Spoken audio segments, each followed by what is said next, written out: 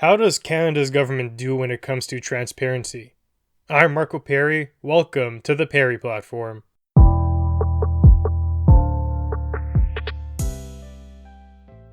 Before we get to the nitty-gritty today, I just want to wish everyone a happy new year. I don't know about you, but the past 2 years seem to have just been a blur. You can draw the timeline back to the dawn of the current coronavirus pandemic, and honestly, everything seems to have been amalgamated. I have like one memory of the entire experience. In 2020, we knew we were in trouble. Then we had hope that 2021 would be the year we put things behind us. That turned out to be false, and here we are again hoping that 2022 is that magical year where things return to normal. I do have some hope and optimism that that'll be the case, but we'll see. On another note, New Year's often comes with things called resolutions. This is actually quite helpful. What happens is you look back at what's happened the past year. You look at yourself and you think about how you could be.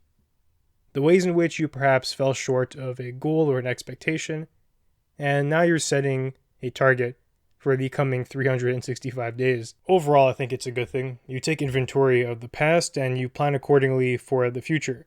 One thing I will note though is, let's say you do set a goal for yourself, like going to the gym, whatever it is, something relevant to you. If you do happen to slip up, don't wait until next year to try again. Any day can be the new year for you when it comes to these goals. Any day can be day one. It doesn't have to be January 1st. Don't let discouragement put aside your self-improvement until the next calendar year. You don't need the festivities and fireworks to commemorate you trying something new. I wish you all the best, and I do hope you come close or you do end up achieving the goals you've set out for yourself. Now, moving towards the topic for today. The Globe and Mail put out an opinion article titled "Transparency is a Pillar of Democratic Governance," and Canada is continually falling short. Quite the damning headline. Now, they document what it actually means to be transparent, and they give a couple of examples of where Canada has in fact fallen short. The first dates back to this October. A University of Toronto history professor had an encounter with the government that was seen as kind of odd. He put in a request, an access for information request. Now, what did he want? He just wanted to see a speech from a previous prime minister dating back to the 1950s. So, now the information comes from the government. I'm going to explain this access to information in a second, but just know right now, it's an obligation. If someone asks to see a public record, the government has to comply. Now, when that information came from the government to the professor, it was littered with redacted sections. They literally took out parts of the speech and gave him a page with blanks on it. Blanks everywhere. And the professor did tweet out what he received, and it was pretty ridiculous. Now, you may be wondering, wow, what was he asking for where the government had to go back on their obligation to the citizen and take out key information from the document? Was it military secrets? Was it Justin Trudeau admitting to this, or what? Well, all it was a speech from 1959 delivered in the House of Commons by then Prime Minister John Diefenbaker about the Avro Arrow. So, first of all, let's talk about this Avro Arrow. It was just a war aircraft, something, I believe it had the ability to deflect missiles or something like that. And this was a public speech delivered by a prime minister decades ago in the House of Commons. That's what was trying to be had by this history professor. Now, the Government Privy Council office is responsible for giving this information to the citizen under and according to the Access to Information Act. This gives every Canadian citizen and corporation located in Canada the right to have access to information in the federal government records that are not of a personal nature. This was a public speech, keep that in mind. So we already have a conflict here. You might have not known this, but you have the same rights as that professor to access any information in the federal government records that you want. Unless, of course, they are of a personal nature. We don't need to know about the phone call that the sitting prime minister made to his mother on Mother's Day. Maybe that was in the records for some reason. But something like this, a public speech about the Avro Arrow, a military aircraft in the House of Commons, that should have been accessible. But we have a gatekeeper here, the Privy Council office, who is redacting certain statements, and you have to ask yourself why. Why would they do that? Why wouldn't they just give the unadulterated speech to this professor? It's from the 1950s. It's from a prime minister who's no longer sitting. It's about a topic that really isn't secretive anymore. The Avro Arrow is now leading military tech, and it was a public speech too. Anyways, even at that time, the only occurrence of a redaction is going to come when someone is trying to hide something. Maybe there was something in that speech that they thought would make a party look bad, or an association they didn't want to have, or an image of Canada that they thought would be unflattering today. Who knows? But the bottom line is the government wasn't willing to provide the full speech to this person. Now, that's funny because you can find this exact speech online through other means. You don't even have to go through the government. So this looks shady in all types of ways. The Globe and Mail article then goes on to give a couple other examples that I don't want to touch at this point, but then they do make an interesting comparison to the United States of America. Think about that for a second before we talk about what they said. Would you imagine that in America things are more transparent than in Canada? Or not? The Globe seems to take the stance that America is better, and they give some stories to outline that. The first is last winter, a reporter at the Fraser Valley sought to understand an eruption of Mount Baker, south of BC's Fraser Valley in Washington state, and they wanted to understand the risk posed to the Canadian side of the border. The reporter asked for comments from a relevant expert within the BC government, but they were rejected by the PR staff. They said, hey, this government official is not going to talk to you. Okay, fine. What did they do instead? They gave out basically a canned speech, several points of already public facts that were sent by email. That's all the reporter got from a public official. Now that same reporter, they easily got direct access to an official expert on the American side of the border. That's story one. They're pointing out the media's ability to actually get direct info from these government sources. Apparently in Canada, there's a lot of barriers. Now, bear in mind these are anecdotes, but still, it is quite strange. The American side of the border, they're cool to have a discussion about these topics, but in Canada, the government experts don't want to talk about it. They want to give you the canned speech and think that will fulfill the request. Now, the other story they want to illustrate actually involves themselves, the Globe and Mail. They had a similar problem when they were researching the Canadian developers of a condo building, you might have heard of this, that collapsed in Florida, and almost 100 people died.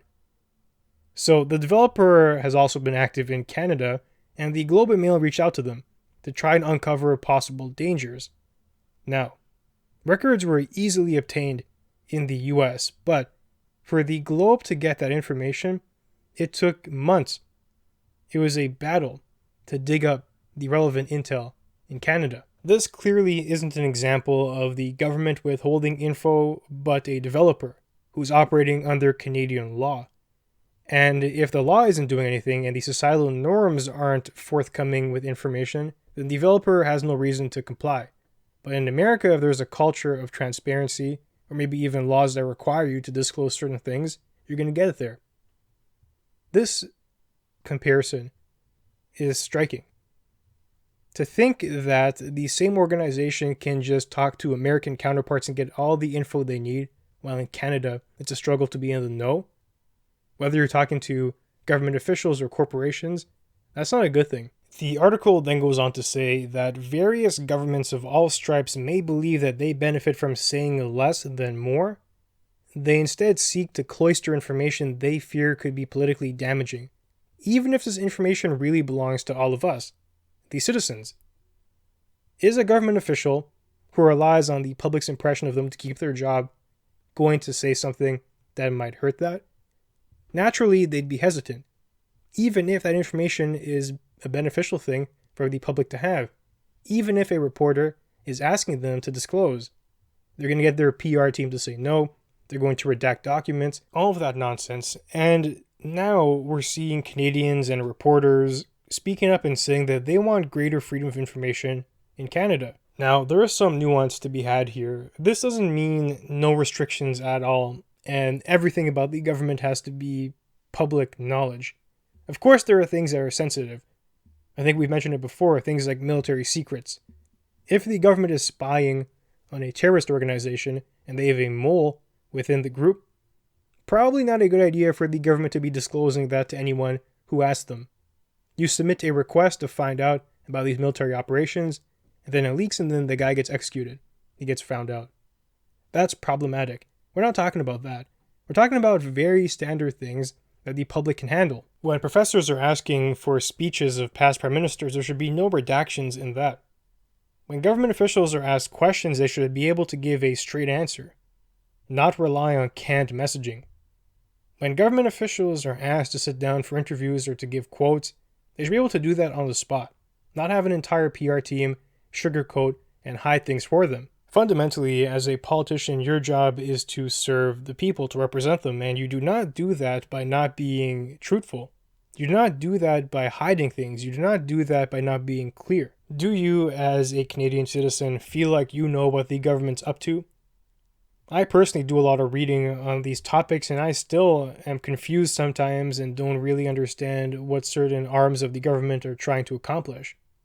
And it's a problem, because they're just not telling us.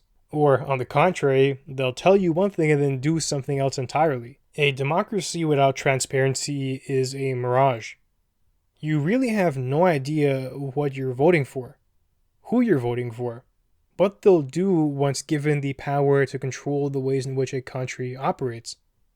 It's the easiest thing in the world for politicians to promise you this and this and that. It's easy for them to duck questions. It's easy for them to play dumb when asked a challenging question.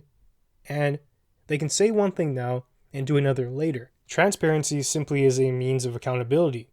If we can see what you're actually up to, if we understand what's going on, we can compare that to what you've promised and other things like that.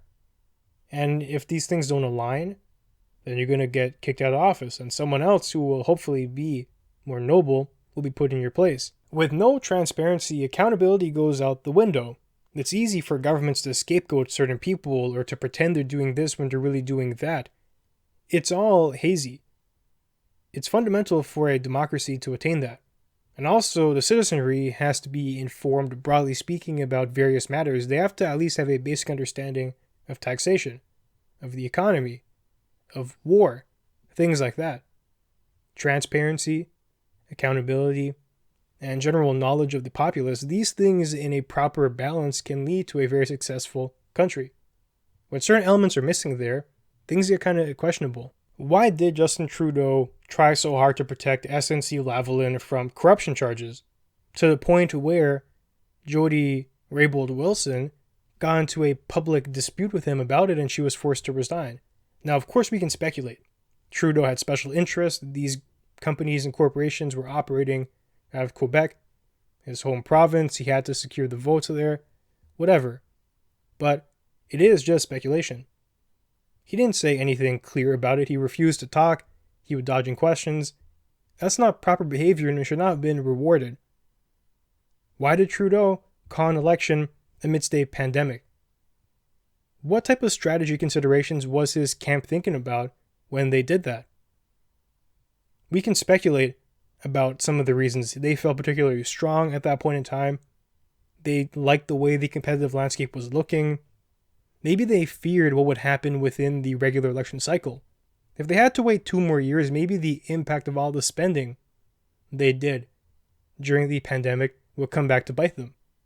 Maybe the runaway inflation that we're seeing here was a scary thought to have pop up and be wreaking havoc when they're trying to get reelected. Maybe that was their golden opportunity, but we can only speculate. We don't truly know. At the onset of the pandemic, why did we have government and public health officials telling us actively not to wear masks, not to buy masks? Now it comes out that they were trying to protect the supply. They were lying to the people, saying they're ineffective, they do nothing, because they were afraid of what would happen if every citizen was rushing to the Costco's and Home Depots and buying masks. They would run out for medical staff. But that's still a problem. Why? Because people were misled to achieve the aim that the government and these public health officials wanted to see. and you erode trust that way. And we still don't even know if that's truly the case. Maybe they were just oblivious and that dumb. Who knows? Now, I will finish off by saying, obviously, Canada is not the worst culprit of lacking transparency when you look around the world. There are many countries who are tremendously worse, but that shouldn't make you feel all that good, because we're not as good as we could be either. As I've said, a functioning democracy needs to have these pillars. One of them is transparency. Why? Because we have to hold public officials accountable. Otherwise, we're in the dark and we're simply being led along by pretty words. There should be mechanisms in place that allow the citizenry to be informed. It's an undeniable fact that the average person in Canada has simply no idea what the government's up to. In fact, I don't think there are many people who know what the government's really up to. Only those in the inside circles there, the elite, the politicians, maybe certain members of the media, they might have an inkling of what's going on. But to have the majority of voters in the dark, it's leading to a whole lot of confusion, and we become ripe for misinformation. Transparency would solve a lot of the woes that we're experiencing today. And before we sign off, another example that comes to mind: why did Trudeau campaign on election reform? To reformat the current system that we have, but then change his mind once elected? Why would he promise you that as a voter? Why would he tell you he's going to do it and then flip the script once he got into power? Were there more influential people in government pulling the strings there? Did he realize it would hurt his own party more than help it, even if it would help Canada as a whole tremendously? Lots of questions and not enough answers. I guess all we can do is wait for a whistleblower to emerge that can spill the beans here. So now with that, it does bring us to the end of our conversation for today. If you enjoyed the content, be sure to leave a review and share. That'll help us grow. And you can find me online at perryplatform.org and on social media at perryplatform. Thanks for joining me, and I'll see you soon.